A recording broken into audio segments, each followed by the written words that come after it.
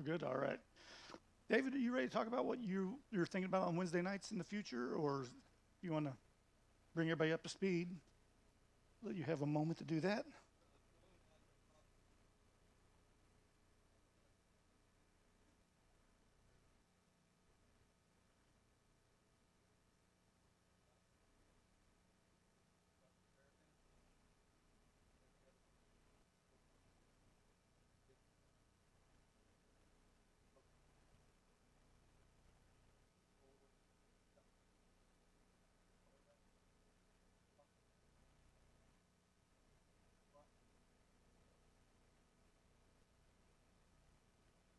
Any particular room you're going to be in? So just roam around to every empty room till you find them. When you find them, you know you're in the right place. Details. All righty then. Let's quick do our review, looking backwards at where we are in the book to kind of give us some context in the midst of a long section of the book and in the midst of a long chapter in that section. Currently, if you remember, we're working through what are known as the purity laws. These are not laws to make you pure. These are laws assuming you're already in a relationship with God and wish to remain pure. Assumption being, of course, though, you won't. And so what must you do? Go back to the beginning of the book, the various sacrifices that have already been described. So we're in this middle of this section about you're in the covenant relationship with God. How do you remain there? Chapter 13 is where we're at tonight, last week, and at least probably one more, if not two more weeks ahead. Chapter 13 is all about diseases of the skin. Diseases of the skin. So it's the perfect example, to go back to something I said a few weeks ago, of where you look at these laws, clearly there has to be a practical application to them as well.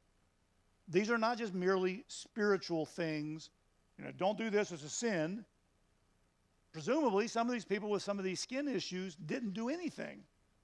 The skin issues are just a result of the fall. But they are practical, and they have spiritual implications to them. Now, traditionally, we mentioned this last time, Bible translations like the King James refer to these kind of things all under one label. They use the phrase leprosy, but that is inaccurate. It is not a reference to singularly Hansen's disease, what we would say leprosy. It falls under this, but these are obviously, and we'll look at a couple tonight, that are clearly not leprosy. Instead, modern translations like the ESV do a good job with this. These conditions are leprous, looking at the strict definition of that word, leprous. And typically, when the Hebrew Bible uses it, what they're talking about or describing are diseases that spread. So we're talking about skin diseases that spread across your skin. Now, there are some mentioned here we don't think about much, and there are some that we probably do think about more often that aren't mentioned here, but you get the gist. These are diseases that spread across your skin, and typically they're also very contagious. And so here's a very practical concern. If you get one of these diseases, and it turns out to be one that is infectious, and it is not treated, you run the risk of infecting your entire family, those who live near you, maybe those who buy goods from you, whatever, and then you run the risk of it becoming a pandemic or even more so an epidemic beyond that. So we're looking at leprous diseases of the skin, those that spread. We also saw last time that all of them thus far presented, and continue to see it tonight, have both physical and spiritual consequences. There are physical consequences. You have one of these diseases, the priest thinks it might be an infectious form of whatever's going on. You're going to be sequestered, put into isolation. Physical consequences, as well as the possibility of killing you, some of them down the road. But there's also spiritual consequences, because if you get a diagnosis of unclean, it's going to do both separation between you and your neighbors as you're put away from the camp, but it also brings separation between you and God. Because as unclean, you cannot go to the tabernacle. You cannot go and worship. You cannot go and make your offerings. You cannot go and make your sacrifices. And so your problems actually compound, don't they? And everybody in the room who's fallen into some pattern of sin, whatever yours is, you know this firsthand experience. Once you fall into a pattern of sin, what happens? It just builds up, doesn't it? This sin leads to that sin, which leads to that sin. You know, for decades now, we've been talking about gateway drugs. At church, we probably ought to talk about gateway sins. Things that we go, oh, that's not a big deal. Well, those things that are not a big deal fester, just like these skin ailments. And then they begin to spread. That's why the Bible, especially the New Testament, is so clear and strong on church discipline. You know, if you let him get away because that's just the way he is, it gets worse, never better. Right? Somebody who's an alcoholic rarely recovers on their own just because they wake up one day and it's gone. It takes intervention. If you're sick, we listed our prayer list, all kinds of folks on there with all kinds of physical ailments right now. Many of them are not going to fix themselves. That's why they're on the list. You know, we typically don't mention, oh, so-and-so's got sniffles. We assume that's going to run its course, go away. The ones that are on there are ones we know need help. And if you don't get the help, metastasizes. It spreads to the next organ or whatever. Same kind of thing here. And so it has, look, he's got a blemish on his skin. Oh, no big deal. Oh, wait a minute. He's now got 2. Now he's got 4. Now his family's got it. Now they're not allowed to be part of the community. Now they're outside the camp. Now they can't worship. And notice how it goes and goes and goes. We looked at it just briefly last week. I forget which verse it was early in the chapter. But we talked about the fact that some of these descriptions so far in chapter 13 are actually almost preventative. They're not preventing the disease, but they're assuming you're already watching it and keeping an eye on it. That it's not, one day look what happened, where'd that come from? You're already aware and you're keeping an eye on it. If you're not, somebody else is. And so that if it begins to spread, to fester, you get diagnosis, help, whatever, quickly to keep it from getting out of hand. The same thing is true physically, same thing is true spiritually. Where we're picking up tonight is chapter 13, starting in verse 18 and looking at that in the next paragraph, as Moses now gives us 2 more examples, 2 more types of diseases that we need to think about what happens if you don't treat it, what happens if it gets out of hand.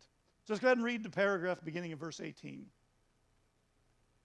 If there is in the skin of one's body a boil, and it heals, and in the place of the boil there comes a white swelling or a reddish white spot, then it shall be shown to the priest, and the priest shall look, and if it appears deeper than the skin, and its hair is turned white, then the priest shall pronounce him unclean.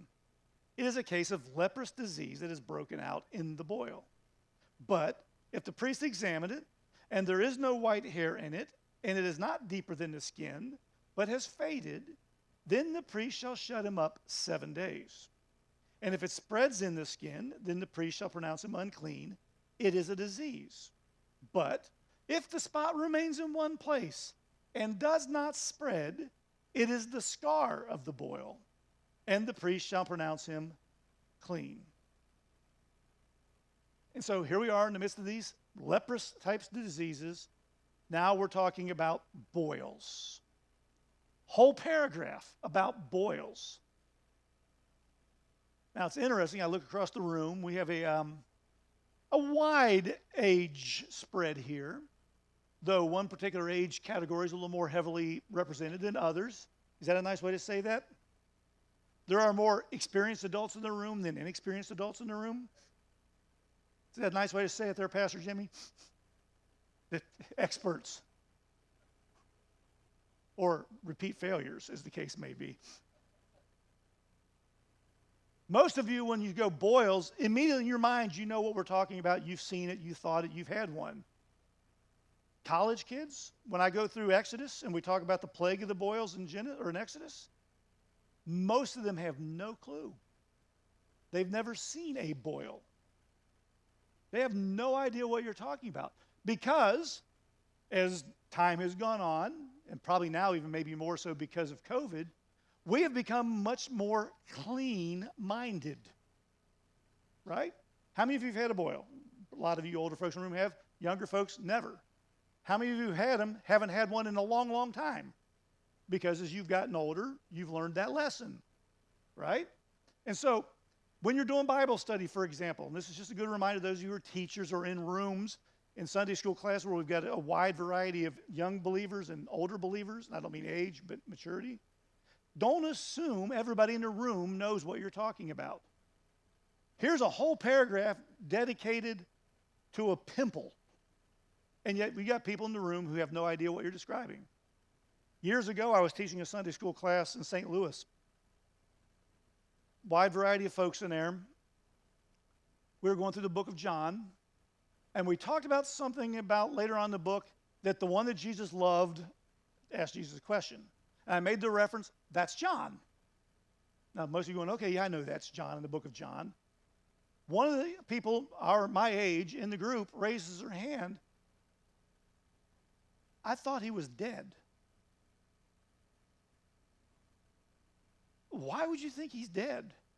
Because he had his head cut off earlier in the book.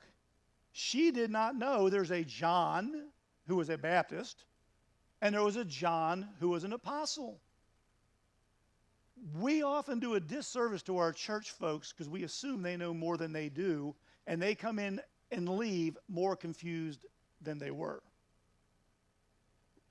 So just a little friendly reminder. And this is also a reminder in Sunday school. Be careful that you don't want to talk about, how many angels can dance on the head of a pin when you got people on the other side of the room who don't know what the gospel is.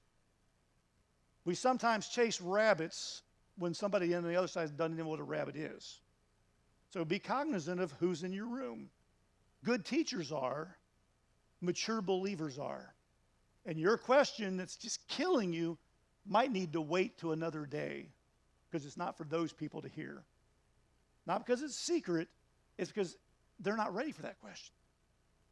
And so I tell you what a boil is tonight because most of the people who come to church on Sunday morning have no clue. And many of them, as you just saw, have never even had one. And so this is a paragraph about boils of all things. For those of you who have not had one, you can Google it or Wikipedia or WebMD, whatever. Typically, what it looks like is an infected hair follicle. It gets red. If it gets bad, it gets pustules. And it even sometimes would look like an infected pimple. And so some of you may have had a boil and thought it was the other.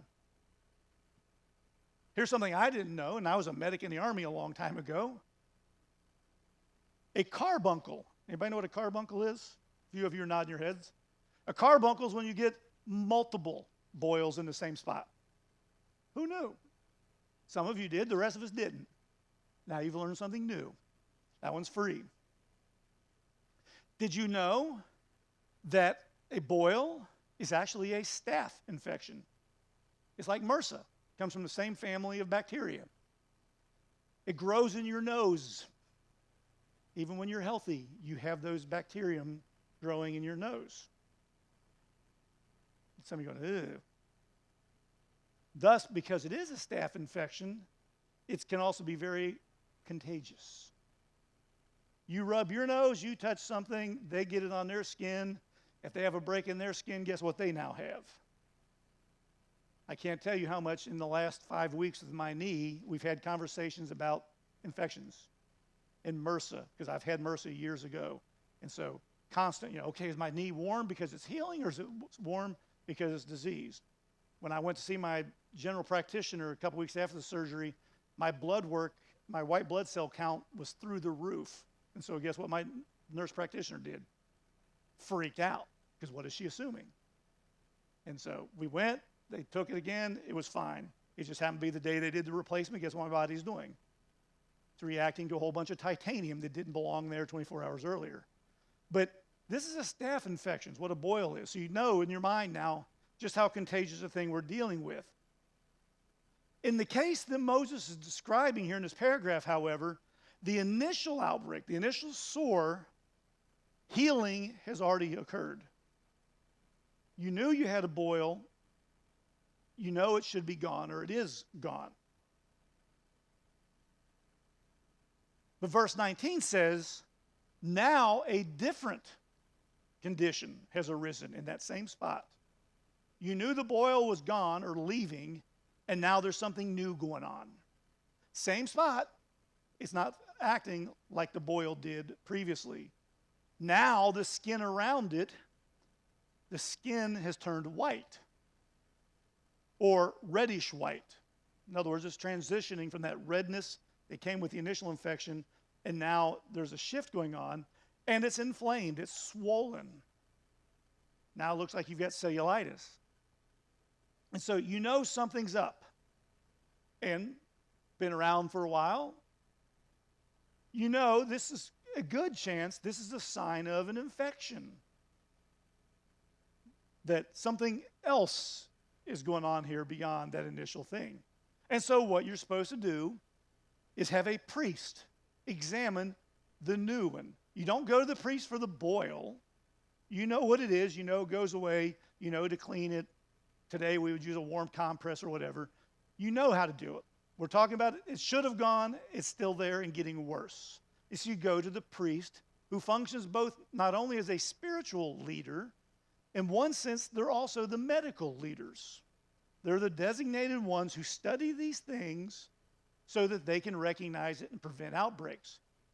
In fact, I imagine probably what happened is if you as a priest saw it and you had a new priest who's relatively young or immature in that particular duty, guess what you're probably going to do? Come over. Have you ever seen one of these? Some of you go to the doctor, and what are they doing with the young interns and residences? This is the one I told you about. It's never a good sign. But they show them, hey, this is what this looks like. Do you recognize it? So you go to the priest for him to look at it to see, is it just the remnant of the boil or something worse going on? What he's looking for is described in verse 20. He's looking for something that is now more than skin deep.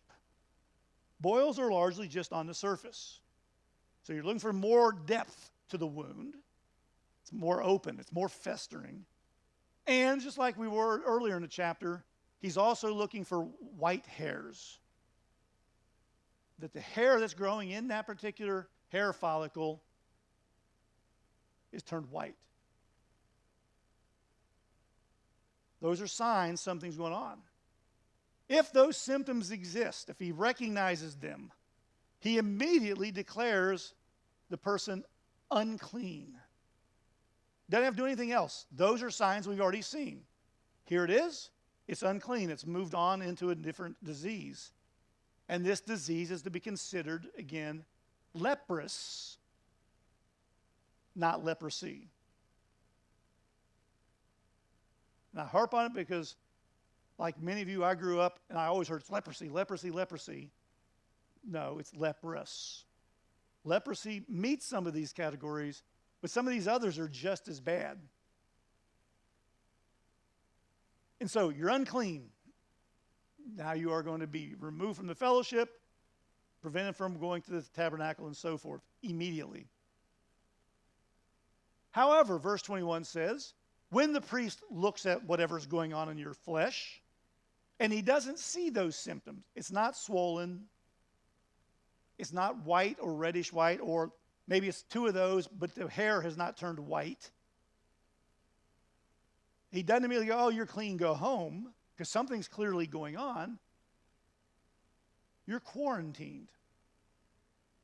You are separated from the main body of the fellowship until they can be confident you are or are not carrying an infectious disease. So off into quarantine you go. If during, it's implied, the first 7 days it appears to be healing, that's all you need is the 7-day waiting period. Just 7 days, like we saw earlier in the chapter. And what's going on here, we put medical language to it today in the 21st century, what's going on here is the 7 days allows you time for the disease to do what? Incubate. Maybe it's just too early. Maybe you saw a change and went, ran to the doctor, ran to the priest, and it's not fully blown yet. So let's put you away, set you aside for a week, and let's see what it does. He doesn't want to send you home if he doesn't know it's not leprous. He wants to be cautious. And so he separates you. He segregates you for a week to see what's going on. In verse 22, if that condition has spread during this time, if it's clearly spread beyond, today we draw a circle around with an ink pen, wouldn't we? And see if it, if the red streaks go beyond it or whatever. If it's clearly spread, the person is unclean. No more 7-day period. You don't need any more. It's clear. It's spreading further. Such is the case, verse 22 says, it's a disease. Boil in a disease. It's now this secondary infection. That's the disease. If, however, the condition has not spread in those 7 days, spot's there, but it's stagnant, if you will, the spot is considered to be a scar. The initial boil has scarred your skin, which, by the way, is a pretty bad boil, isn't it? Thus, it looked like it was spreading. You went to the priest. A week later, it's a scar. Don't sweat it. If that's the case, you're declared clean and you re-enter society. Because scars aren't contagious. So boils can become something far worse.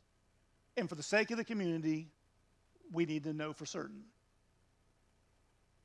Another example given in the next paragraph, verse 24. Or when the body has a burn on its skin, and the raw flesh of the burn becomes a spot, reddish white or white, the priest shall examine it. And if the hair in the spot has turned white, and it appears deeper than the skin, then it is a leprous disease. It is broken out in the burn, and the priest shall pronounce him unclean. It is a case of leprous disease.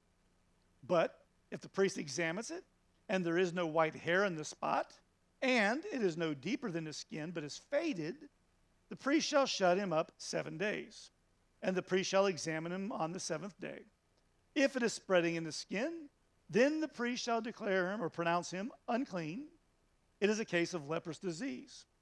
But if the spot remains in one place and does not spread in the skin, but is faded, it is a swelling from the burn, and the priest shall pronounce him clean, for it is the scar of the burn. And so this paragraph, again, looking at something common. Boils were common. Infections coming out of them, common enough you need to be worried about them. Now, burns are common. Now we're looking at what about diseases that are secondary to burns? Anybody who's in the room who's ever had a real significant burn, there's always the concern, does it become infected? You clean it out. You use Neosporin or bacitracin or whatever it is you put on it to try to kill any chance of an infection coming along. So we're looking at diseases secondary to burns. Now, let's make sure we're all clear here. The way he describes the burn talks about how it looks like, the burn itself. We need to recognize he's talking about second-degree burns or worse, right? He's not talking about a burn that your skin's a little red. He's talking about a burn that you've blistered, a burn that the flesh on the surface has died off or been literally burned off in the process. So we're looking at significant burns, ones that are more prone to infection. Again, think of the world they lived in. Think of the cleanliness issues. And so, significant burns. Specifically, he says there in verse 24, we're talking about burns where the flesh is raw, not just irritated.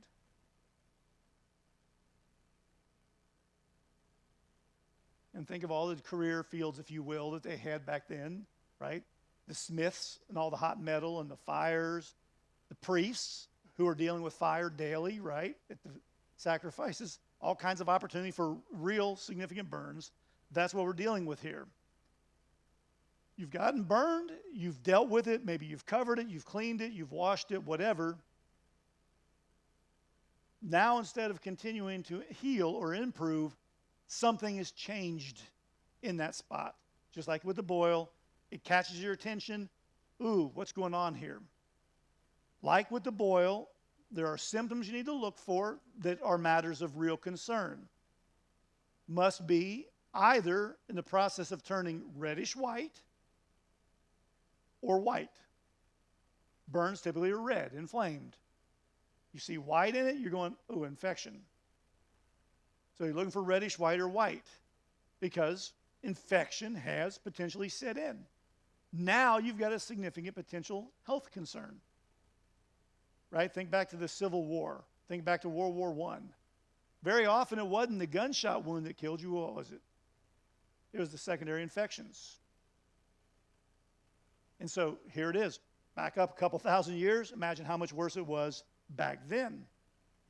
And so what you must do, just like with the boil, is in verse 25, the priest must examine the wound. He's functioning as the doctor, if you will. And as he looks at the wound, just like we saw above with the boil, he's looking for a couple signs beyond the white or the reddish white. What's he looking for? White hairs. And how deep is it? Is it just a little bit? Is it a pustule? Is it a blister like a good sunburn? Or is it going deeper than that? If those signs are present, if there is a white hair in it, and if it is deeper than skin deep, no need for further consultation. The patient is unclean. End of story, no debate. It's that. We know there's an infection in place. Person's unclean. The condition is what? Leprous. And why is it leprous? Because it's spreading. We're looking for things that are spreading. But hopefully, the priest looks at it and goes, yeah, there's something going on here, but I don't see the white hair. It's not that deep of an irritation. Let's be certain you're going to be quarantined, just like with the boil, to be sure. And just like the boil and the other incidences earlier in the chapter, how long are you going to be quarantined? 7 days. Let's wait a week, and then let's look at it again. And just like the quarantine, the response for the burn is just like the response for the boil. If at the end of those 7 days, the disease has progressed, it has spread beyond the initial point into other tissue, the person is definitely, most clearly, unclean. We don't need to put you back and wait a week. This one was certain. It is, as he reiterates, a leprous disease. Highly contagious, spreading. Got to be dealt with. Segregation. On the other hand, just like with the boil above, if the irritated area has not worsened in the 7 days, if it hasn't spread, the irritation that you went to the priest with is basically to be considered an after effect of the burn. Right? If you have a good burn, it's going to blister. And sometimes for days, right? Fluids come out of the surface. It's just what happens. Doesn't mean it's infected. It just means the body's healing in a natural way.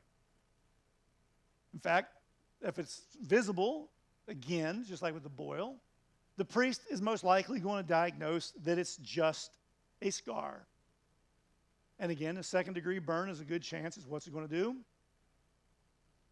Second degree is possibly going to scar. Third degree, what's going to happen? Guarantee you're going to have a scar there. It is what it is. The priest officially, probably in one sense publicly, declares you clean. So somebody can't come up to you outside the gate of the tabernacle, ooh, cooties. What's the answer? I'm clean. The priest has looked at it. I'm good to go. No need to shun me because of this. You're safe because I'm safe. So think about it. We're only about halfway through the chapter. Lots of illustrations already, and there's several more to come about skin irritations that fester and get worse. What an odd thing for a religious book unless practical everyday matters also have spiritual importance. And just like so many other things in the book of Leviticus that we've already seen, we as 21st century Christians can't just simply go, poo-poo, whatever. We may not do sacrifices anymore, but are these things still really important? Yeah. And we just went through 3 years ago, COVID. What did many people hear over and over and over again? If you have a temperature above a certain thing, if your nose is running, stay home. We will love you. We miss you. Stay home. We quarantined you. And what often happened is people didn't stay home because they wanted to get out, they wanted to go shopping, they wanted to go to church. They go to church and they get somebody else sick and the disease spreads. Now, the reality, one of the things we learned from COVID is many folks really didn't miss church much. I mean, consider how many never came back after COVID was over. Physical issue, spiritual consequences. God has created a world where they're intertwined. We are body and spirit, not body or spirit. The two go hand in hand. Let's go ahead and pray. Encourage you to prepare your hearts and minds for Sunday for worship. We're still in Timothy, 1 Timothy, beginning chapter 3, looking at God's plan for leadership. He's brought up the issue of leadership. Now he's talking about this is what God did intend in telling Timothy how to proceed to place leaders in position. Let's pray. Heavenly Father, Lord, we thank you for this evening. Lord, thank you for all who've been able to come out, who've come, Lord, to pray, and Lord, come to learn, to hear from you. Lord, help us to be serious about our faith, to see, Lord, where all these connections are made, not only from New Testament to Old Testament, but from thousands of years ago to today, and from Sunday morning to Monday morning. Lord, help us to see why spiritual matters matter. And Lord, how we cannot take the little things in our life too frivolously, because Lord, often they have great spiritual consequences. Lord, help us be found faithful in all things. Help us, Lord, to become more like Jesus. Lord, fill us with His Spirit. And Lord, work through us to lead others to Christ. For all this we ask and pray in Jesus' name. Amen.